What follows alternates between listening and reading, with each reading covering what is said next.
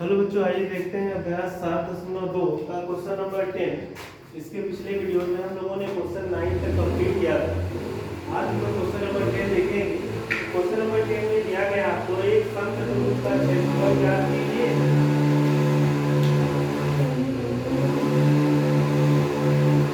जिसके शीर्ष इसी क्रम में 3, 0, 4, 5 जिसके शीर्ष इसी क्रम में 3, 0, 4, 5, -1, 4 और -2, 1 है। यानी इसके कहने का मतलब है जो हम शीर्ष को रख रहे हो तो सेम क्रम में रखें, क्योंकि इसमें बोल के रखा है क्रम में ही रखना है। अगर हम बात करें समचतुर्भुज की, तो जानते हैं समचतुर्भुज का क्षेत्रफल क्या होता है।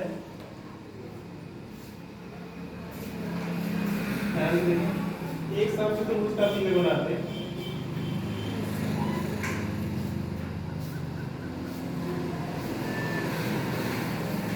मान लिया ये समचतुर्भुज है ए बी सी और डी। क्रम को मेंटेन के रखना। पहला 3, 0 रहेगा, फिर बी पे आएगा कौन 4, 5 और सी पे आएगा -1, 4 और -2, -1। हम जानते हैं चूंकि समचतुर्भुज का क्षेत्रफल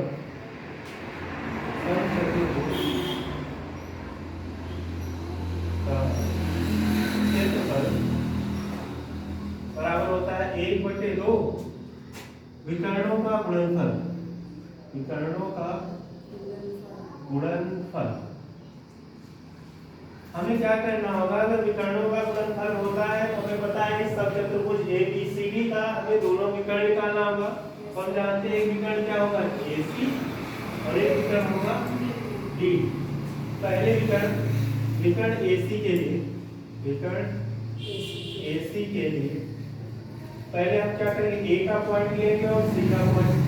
A का पॉइंट आपको दिया है 3, 0 और B C का पॉइंट दिया है -1, 4। इसमें x1 3, y1 आपके पास 0, x2 आपके पास -1 और y2 आपके पास है 4। निकाल लेते हैं विकर्ण AC की लंबाई निकालते हैं। AC की लंबाई हमें पता है जब आगे फॉर्मूला लगेगा तो x2 - x1 का whole square plus y2 - y1 का होल, ये होता है फॉर्मूला। सॉल्व करें अगर हम इसे, x2 की वैल्यू आपको पता है कितना दिया गया -1 और 3, यानी कितना हो जाएगा -1 रहेगा फिर -3 का होल स्क्वायर प्लस y2 4 है और इसमें से 0 घटेगा 4 - 0 का होल स्क्वायर। जब इसे सॉल्व करें ये दोनों माइनस में है तो क्या हो जाएगा, इसका वैल्यू -4 का स्क्वायर और ये 4 का स्क्वायर। -4 का स्क्वायर भी 16 होता है और 4 का स्क्वायर भी 16 ही होता है और ये कितना हो जाएगा करनी 32।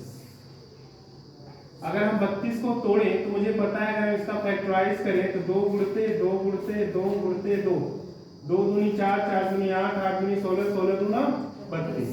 32 में क्या हो जाएगा, ये इसका पेज बन जाएगा, ये इसका 2 बार बाहर आ जाएगा और करनी 2 बचाएगा, यानी 2 दूनी 4 करनी 2 मात्र। ये आया पहले विकर्ण की लंबाई।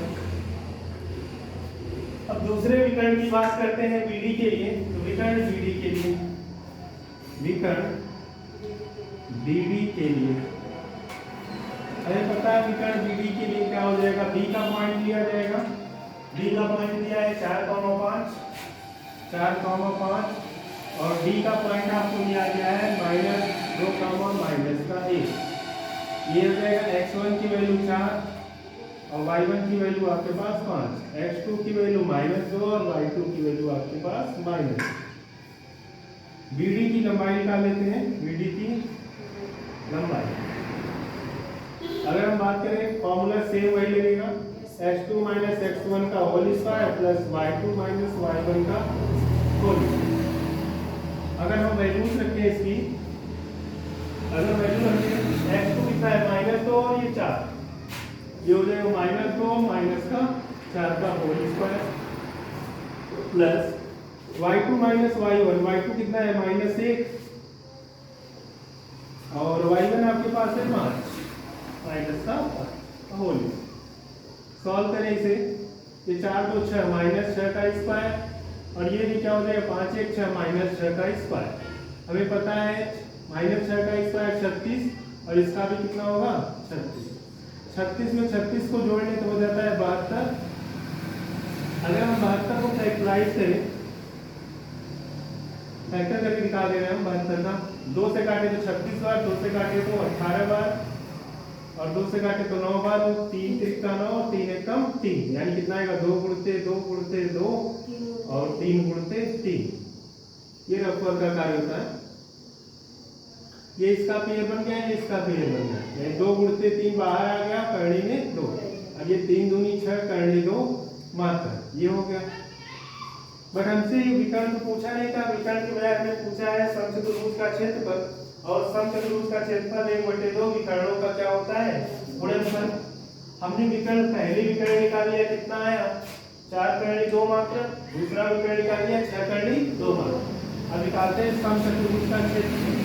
समचतुर्भुज का क्षेत्रफल, हमें पता है क्षेत्रफल में क्या होता है 1/2 विकर्णों का गुणनफल, मतलब दोनों विकर्णों का गुणा कर देंगे। पहले में कितना आया था 4 करनी 2, और दूसरे में आया है कितना 6 करनी 2।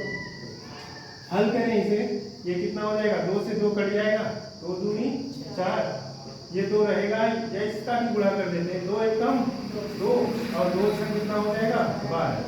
करनी 2 में करनी 2 का गुणा कितना हो जाएगा करनी 4 हो जाएगा, कितना हो जाएगा 4, 2 दूनी 4 किसका बल होता है 2 का, यानी 2 करनी से बाहर आ जाएगा, और ये 12 गुना 24 वर्ग मात्रक, वर्ग मात्रक। ये इसका क्या है दिए हुए क्वेश्चन का क्या है आंसर।